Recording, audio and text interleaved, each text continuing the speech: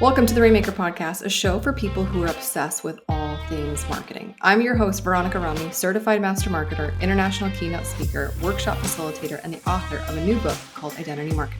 Each week, I interview rainmakers from brands big and small to pull back the curtain on what's actually working in marketing today. We dig into real-life wins and losses and their very real consequences, and get into spicy discussions of marketing controversies and opposing philosophies.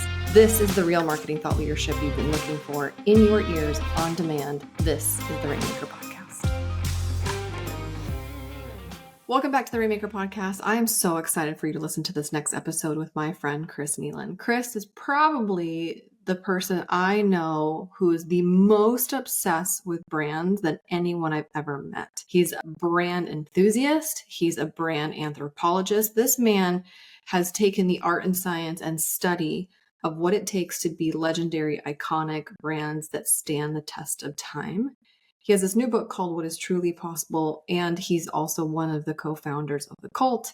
He obviously is a part of The Gathering, which is the best marketing conference I've ever been to. Couldn't recommend it more. We had a really amazing conversation about what it takes for brands to make it. And he's really, really good at giving these unheard stories that are not the mainstream. It's already been picked up by the news type of stories behind some of the biggest brands that you know and love and trust, right? You're going to really enjoy this conversation. His perspective on branding is unlike anyone I've ever heard. And so without further ado, please welcome my guest, Chris Kneeland. Chris, welcome to the podcast. I'm excited to be here, Veronica. Oh, good. Well, I'm excited to have you because we are, fast friends in 2024. But sir, I'm kind of a big fan of yours. Full disclosure, you're one of the best marketing speakers I've seen on stage personally. And I think what you've done and your unique take, I'm a big fan of takes. You are prolific on LinkedIn and any stage that you acquire, where you are constantly giving your perspective, your take on what it takes to be an iconic brand.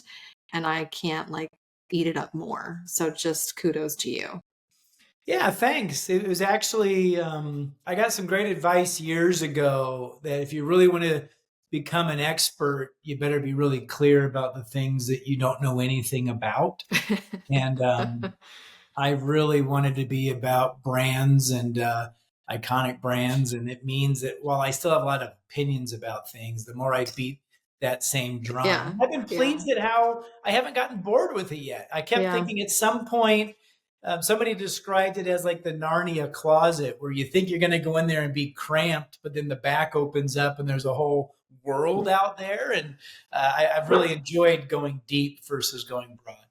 Yeah. And I 100% agree. That's how I feel about marketing. I'm still just as obsessed and passionate about all things marketing almost 20 years later. And so I totally understand what you're saying. Here's what I think is interesting about you is how you introduce yourself. Because on LinkedIn, you'll say that you're a cult brand enthusiast, but I've also seen you refer to yourself as almost a brand social anthropologist. So what is your favorite title that you carry or whether it be self-appointed or given affectionately from your peers and colleagues? It's a good question. I liked reframing CEO as not being a chief executive officer, but being the chief evangelist officer and becoming a bit of a champion and a cheerleader for the ideologies that we hold true. It's the most aligned with my, I think, unique abilities. And I think it's still somewhat clever or atypical that my superpowers are not in structures and leadership and organizational behaviors, but in championing a belief system. Because I really believe that the best way to change behavior is to change beliefs. Mm-hmm. And yet most people are really focused on behaviors. And so I'm trying to do something different. That's straight out of chapter 2 of Atomic Habits, where the best habits are identity-based, not outcomes-based. I am fit, therefore I work out, I eat right, versus I'm trying to become fitter, because those don't sustain. So the fact that the story you tell yourself, the belief that you carry impacts the actions that affirm that self-concept. Yeah, that makes complete sense to me.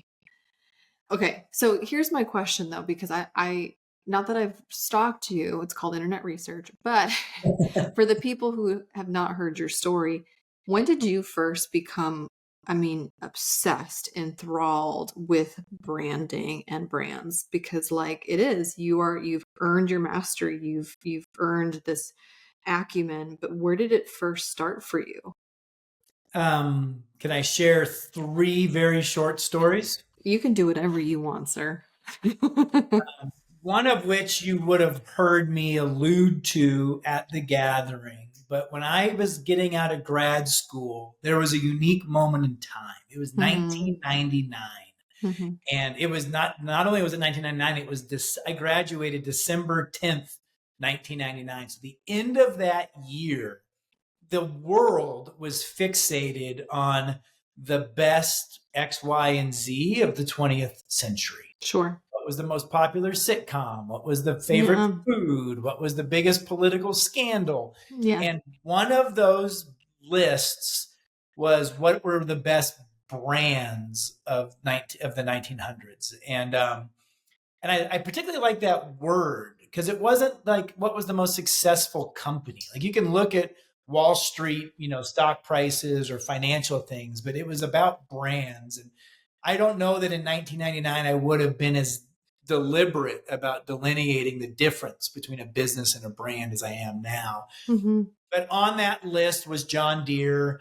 And I got lucky enough that John Deere was recruiting out of our school and I went to work there. And I just really cannot imagine a better, learning ground. I considered it my second MBA. Like I'd already gone to Oh. grad school, but spending a few years inside an organization that for 130 years had been Mhm. perfecting its brand was just a gift. And I learned early on there are things they care about and things they do that do not seem to be common amongst other brands. And it confused me. If like who's going to debate that John Deere is an iconic Right. brand? Right. Why isn't that the playbook versus somebody else's playbook? That's story number one. Story number two, um, I I met a guy and read a book. I used to have it on my shelf right behind me, called The Culting of Brands. And Mm. it was provocative and it Yeah. introduced me to the metaphor of what if cults aren't always bad things? What if cults actually have positive benefits that we could apply? And I grew up in a religion that was sometimes accused of being a cult. Sure. I never considered it a cult, but I understood that some outsiders did, and I was Yeah. like that. I always was just curious about that word and his use of the Marine Corps or Mhm. fraternities and other institutions that were displaying cult-like attributes but weren't negative the way the Branch Davidians were in Waco. I really liked. I think I have a penchant for the provocative anyway. And I like how he connected those dots. And what I really liked was his story, because after he launched that book, a small startup out of San Francisco invited him to come and speak, basically do a book report. And Yeah. they were so impressed with his research and with him as a human, he's a remarkable human being, that they hired him as like their whatever, certainly one of their early stage employees. And that company went on to become Airbnb, which I put on a pedestal of being a remarkable .com success story. And they applied the principles of cult branding that was outlined in that book. Mhm. And so I wanted to do more of that. And then the third quick story is when I moved to Canada in 2010, we were working with a Canadian retailer who had its own version of women's athleisure wear. And there was another Canadian startup called Lululemon out of Vancouver that my client had an equally good product, subjectively, um, as a much better price point. Yeah, It was sure. half the price, and $10 million dollars or more to advertise and to promote it. Whereas Lululemon was spending zero at the time. And we could not make a dent. We could not steal share from Yeah. this startup, and we were confused and frustrated. What is Lululemon doing that has made their community bulletproof to any other competitive appeal or offer, if it's not price or convenience or whatever? And so it was just this instant recognition, a great reminder of all of the things I learned at John Deere and all the things I learned in Douglas's book that Airbnb started doing of, yeah, there's just a better way. Mm. And the number one reason why people don't do it, well, it's one of three things. It's either they just don't know. Well, I can fix that. I can shout this from the rooftops. They're too scared. It requires them to do something that others don't do, and in that there's inherent risk. Sure. Or they don't believe it. They're skeptics. Like I know it. I tried it once. It didn't work. Whatever it is, and then they've become somewhat jaded. And more often than not, I would argue the flaw was in the execution, not in the validity of the principles themselves. Well, and done now? Did I just spin the hour?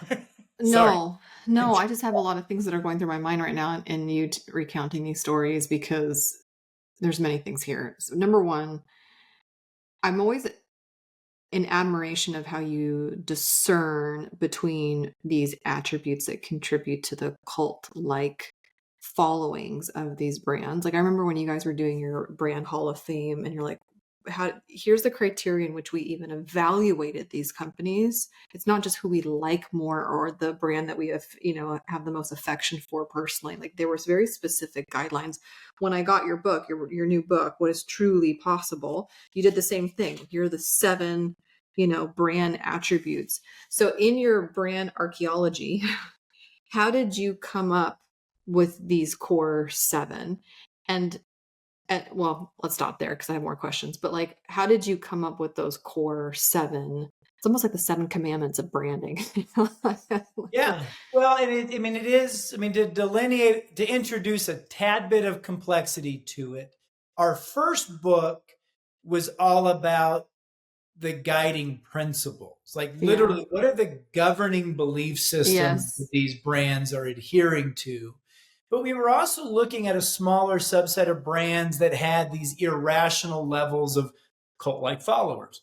Mm-hmm. So, I do believe that the principles are truths. This book refers to attributes which are more like characteristics. Correct, or descriptors.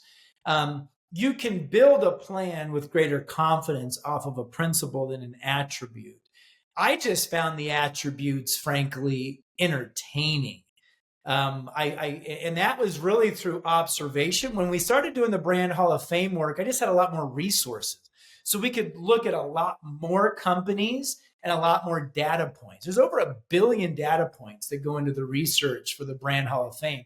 I didn't have those, and AI helped as well. Like, this has been a 12-year journey. So what we had to used to manually do in 2012, we can now let the machines do in 2024. Sure. But the attributes, I think the attributes are a combination of observation and pattern finding, right? So you start clustering some like things together, and what I look for is what I call homogeny within, but heterogeneity without. So it's not only these are the things that these great brands are doing similarly, but these are the things that the mediocre brands aren't doing, right? Yeah. That's the real power of it. If it was just something that everybody did, there would really be no learning there. But if it's what the best brands are doing and the mediocre brands aren't doing, then you can start to say, well, why not? Why not close that gap?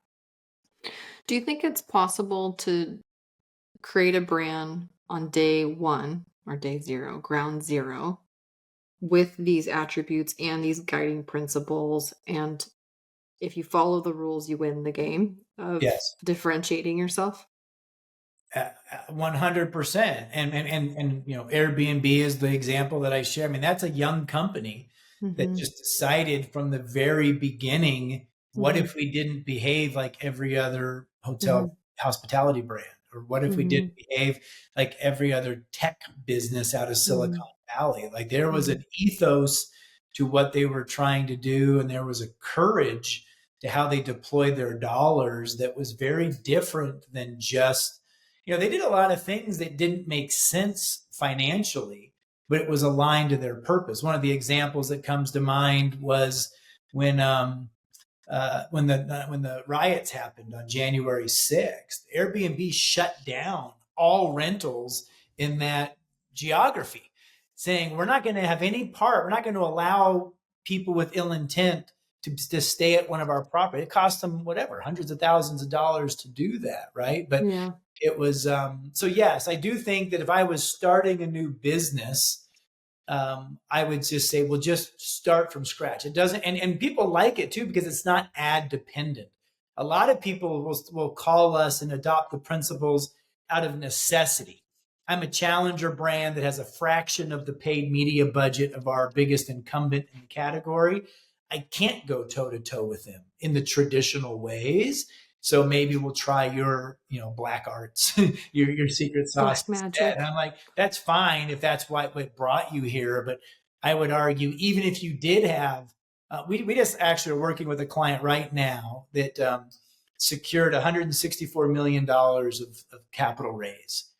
And that they basically have as much money to do whatever they want. We're not going to abandon these principles because now we can afford Super Bowl commercials. We're going to still apply the principles about enhancing the customer experience and building the brand and understand the difference between a good brand and a good marketing versus a good advertising campaign. Question, because I think sometimes when I was getting advised on my keynote, do you know Jay Bear? Who? Marketing speaker, Jay Bear. He does No. talk triggers, hug your haters. He's he's a Hall of Famer speaker, marketing speaker. He's fantastic. You and him should be best friends because he has a very similar superpower that you do, which is he's able to pick up on patterns very easily and string them together. He's like, I'm just really good at doing that, seeing the through line, the red thread through the maze. I'm like, I know somebody who does that well too.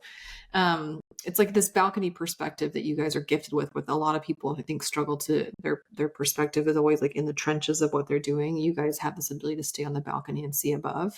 It's a real gift. I think a visionary gift for sure. But one of the things that he was advising me when I was kind of crafting my identity marketing keynote, he's like, and I was using, Harley Davidson and Barbie and Taylor Swift and the Swifties. He's like, you have to remember that as amazing as these, and inspirational, aspirational as these brands can be, the average person who's sitting in the seat listening to you talk does not have the budget of Barbie. It does not have the history of Harley, and certainly doesn't have the stardom of Taylor Swift. So you need to make sure that this code, this framework, these lessons that you're imparting, that they can still see themselves in their ability to leverage it. You really do highlight some of the biggest brands, most name recognition brands in the world. But like you said, principles are eternal. It doesn't mean that the little guys or the incumbents or the challengers or these people who are behind, or at least perceived to be behind, can't take advantage. How does one do that? How do you get buy-in when it seems like the things are stacked against someone? Well, I think you were given good counsel. It's something that we are very sensitive to because a lot of people, we do this event where we want 1,500 people to show up, and a lot of people dismiss it saying, well, I'm not the Lakers, I'm not Porsche, I'm not the Dallas Cowboys. And my first reaction is always frustration. Like, how short-sighted, shame on you for not having more imagination to connect the dots. And that's bad. I need to be more empathetic to say the person that's in the trenches struggling to stand something up. I don't just want you to be inspired. I want you to have application right. To what you're doing. And so I think it's a combination of giving both. I mean, I think even why we were so thrilled to have you come to the gathering this year is that you represent a different life stage and a different size of client, and your principles were just as valid, and your case studies are telling important stories that aren't from these multi-billion-dollar mega brands. And so we try to make sure that there's something for everybody. We also try to tell the tales not from where they're at today. Like Barbie came last year and talked about how they got to make a movie, but there's also a real interest. Let's go back in the Wayback Machine of how Barbie started in the first place. Because no matter Yeah. how big a company is today, they had a startup story.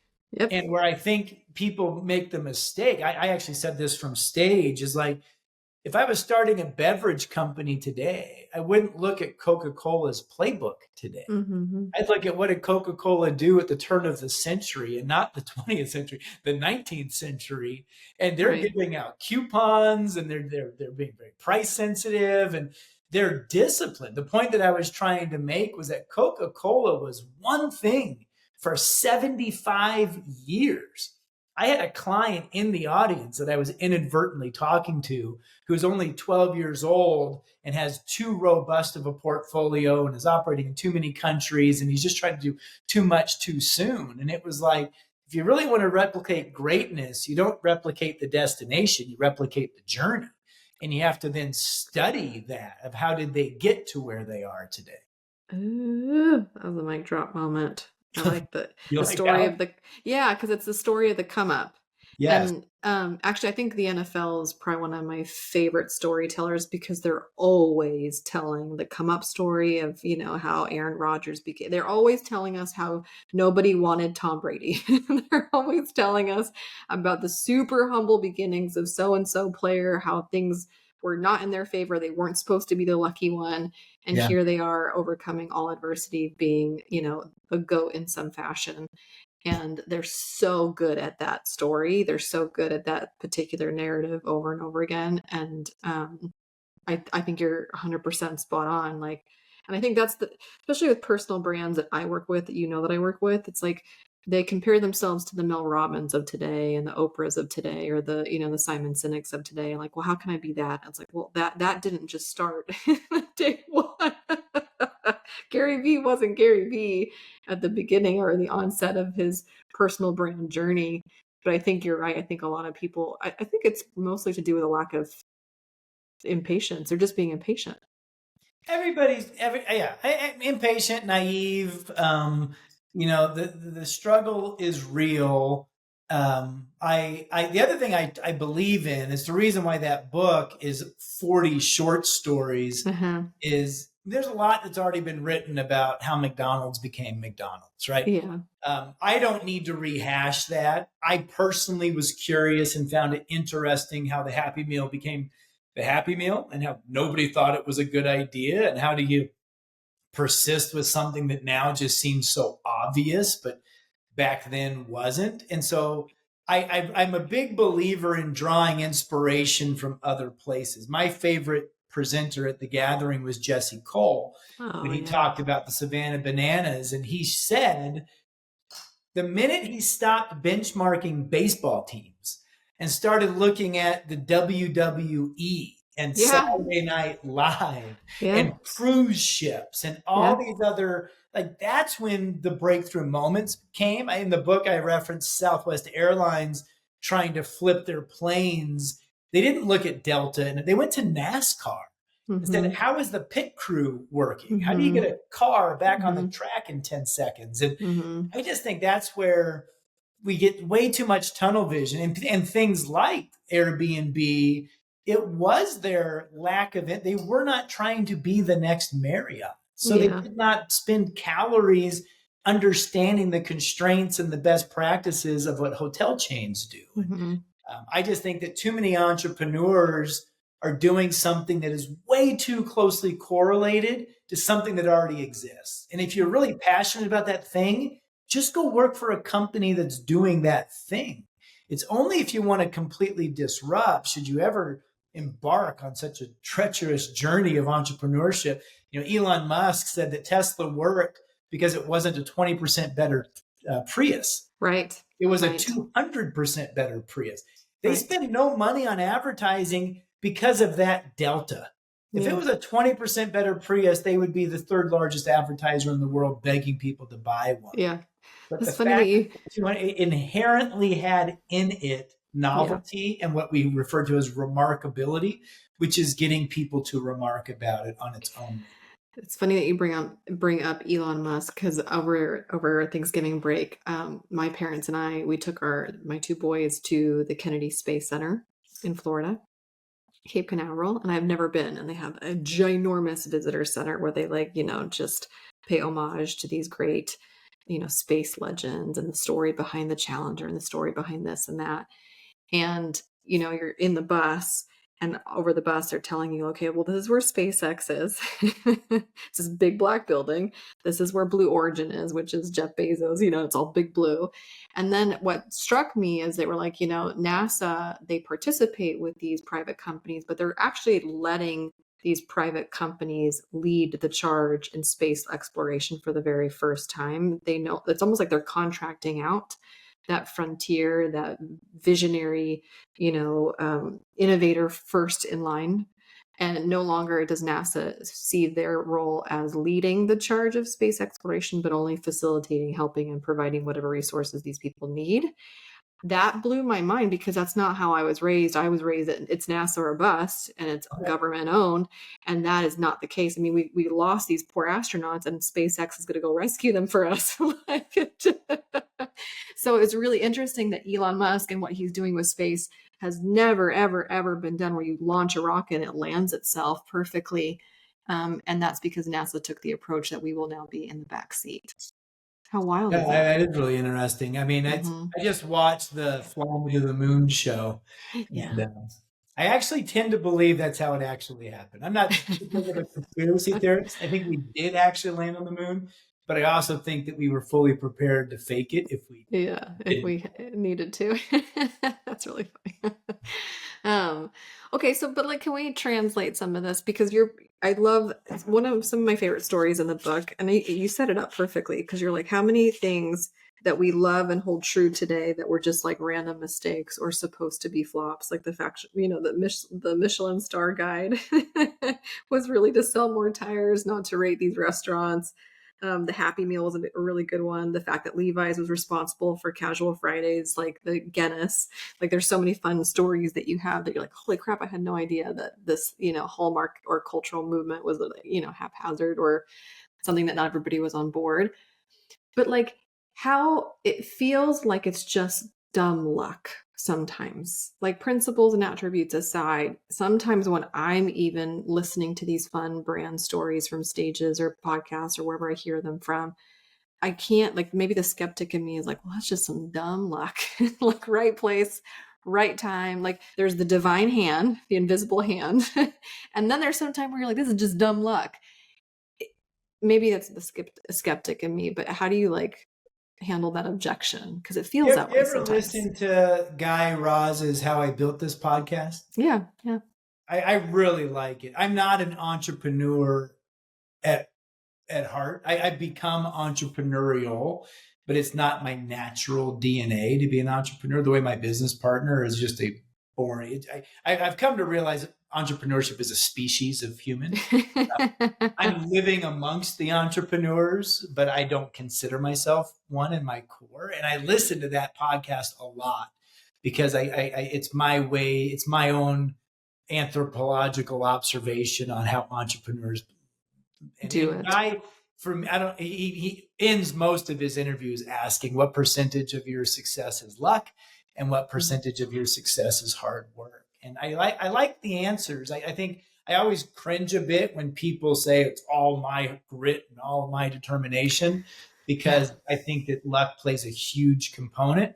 yeah, But I also think a lot of lucky things can happen, but missed opportunities happen and one hit wonders. And, the people that can build $1 million companies and destroy $1 million companies. And so yeah. it is absolutely a blend. I think when I think of luck, the challenge with that is it feels like it's so out of your control. I think you Yes, can make your own luck yes. by being out there, living your life openly, being vulnerable, acknowledging weaknesses and seeking mentorship or help or support and those sorts of things. And then, but like I was just listening to a Guy Raz one about Dude Perfect, the online group, and there's just no question that the proliferation of YouTube happening at the exact same time of them getting into this. And they didn't have to pay for YouTube, right? They Yeah. didn't build YouTube's infrastructure. They built a business on the backs of a rocket ship. And then people are surprised that they landed on Mars. It was like, yeah, the rocket ship was going that way, and they happened to be opportunistic enough to jump on, Yeah. take advantage of it. But when the purpose of 40 stories, and there could have been 100, right? The purpose of trying to show them all is that don't be too quick to dismiss it. Acknowledge it plays a role, but and when I say luck, I'd probably say timing even more than luck. It's just, is it in the right zeitgeist of the world is ready for X, Mm-hmm. Y, or Z. I think that's where COVID was so disruptive, is there were things that we thought we were ready for that we weren't. There were, like, remote Yeah. work could be an example of, did what would have happened if WeWork happened 10 years later on the backs of COVID versus the Great Recession of 2009? Would the appetite for co-working spaces have changed in a different way? And so I don't try to get too meta about it, because Mm-hmm. I also don't subscribe to the fact that, like, the ship has sailed. Whatever Mm-hmm. luck somebody else enjoyed, there's just as much luck for the next person that can jump on it and take advantage of the new opportunity. Chris, I can like literally talk to you forever and ever and ever. And you know that. Like, I just think the world of you. And I got to spend a whole bunch of time with your family at the gathering. So literally, I feel like I Yeah, want to be a part of the good people. family. But we do this cool thing on the podcast. That the last question is for you, the guest, to ask me, the host, whatever you'd like to ask me. Put me on the hot seat. Well, I guess I'm fascinated by your own sort of entrepreneurial journey. Uh-huh. You're still a young woman, punching above your weight, I think, in terms of your coaching and advisory service of people. I don't know enough about why did you choose this particular track to devote your career to.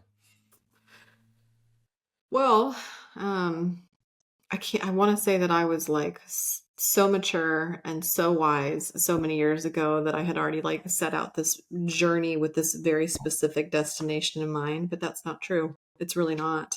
I think what I'm learning is that about every 2 years I get itchy. And it happened when I worked for somebody and I was employed W-2 status, and it's certainly been the case for my entrepreneurial growth as well. Is that every 2 years, not that I'm going to compare myself to Taylor Swift, but I can understand how she desires a new body of work every couple of years, because it's reflective of the last bit of her journey. So I've been a marketer for almost 20 years. That's never changed. It's been consistent. But the way in which I render the marketing and the way in which I help people with their marketing, whether it's of their own person or of their brand or business, that hasn't changed. Just how I've done it or how I've showed up to serve has mirrored my own journey or my own growth. And then kind of turning back around and giving it to somebody else or helping somebody else. So that has been consistent. Last question. If No, I appreciate. I do think people sometimes misunderstand that there's some grand scheme, as opposed to Yeah. your ability to react and respond is as powerful as your ability to have pictured something and built a 10-year roadmap to get there, Yeah. kind of a thing. Um, from one author to the next, it's a year from now. I was very impressed with I call it a thunderclap, but the infrastructure you're building to announce your new book and to get people bought in. It's a year from now. It's exceeded your expectations. What's changed? How is your life better as a result of having this? It's funny because you know what I also just recently, like literally 2 days ago, did? I signed up for singing classes. Not because I desire to be a marketing singer. It's just, I think it's something else that terrifies me. Just like book authorship, I think terrified me because I don't identify as an author at all. I'm more of a verbal, like communicator, expresser, orator. But same thing, I think I have a really horrific voice, and yet I've always desired to sing. So I signed up for singing classes, and I shared that with Mandy, and she's like, 2025 is the year that you really acknowledge and unlock your voice. And I thought I had, but maybe, sir, maybe I haven't. And the one thing that a book will do for you is it will unlock opportunities to, share the message of the lessons of the book. And so 2025 is a big year for me where my desire to be on more stages. I desire to do more keynote speaking. And so I wonder if these singing lessons actually will support that endeavor more than I think I anticipate today. But I'm taking this book writing journey not with like white knuckle control fist on the wheel like I have in the past. I'm genuinely like building this like precept upon precept. I'm just like literally putting one foot in front of the other, figuring this out with my dream team. And we're just having a lot of fun doing it. So as long as I'm having fun and a year from now it's still fun, then I've done my job well. I love that. The quote I heard about authorship that resonates the most with me, because I relate a lot to the art of stand-up comedy. I really like to study comedians and how they work small stages and work out their material to work their way up to, Madison Square Garden. And it's like they said, writing a book is like telling a joke and then waiting 18 months to hear if it's funny. And I really liked that because it's such a leap of faith that when you finally put it out there, you're hoping that it's received in the same way that you had, what your intention. Well, I look forward to reading it, and I'm sure it's going to be amazing. Well, thank you, Chris, so much for being on today's Rainmaker podcast.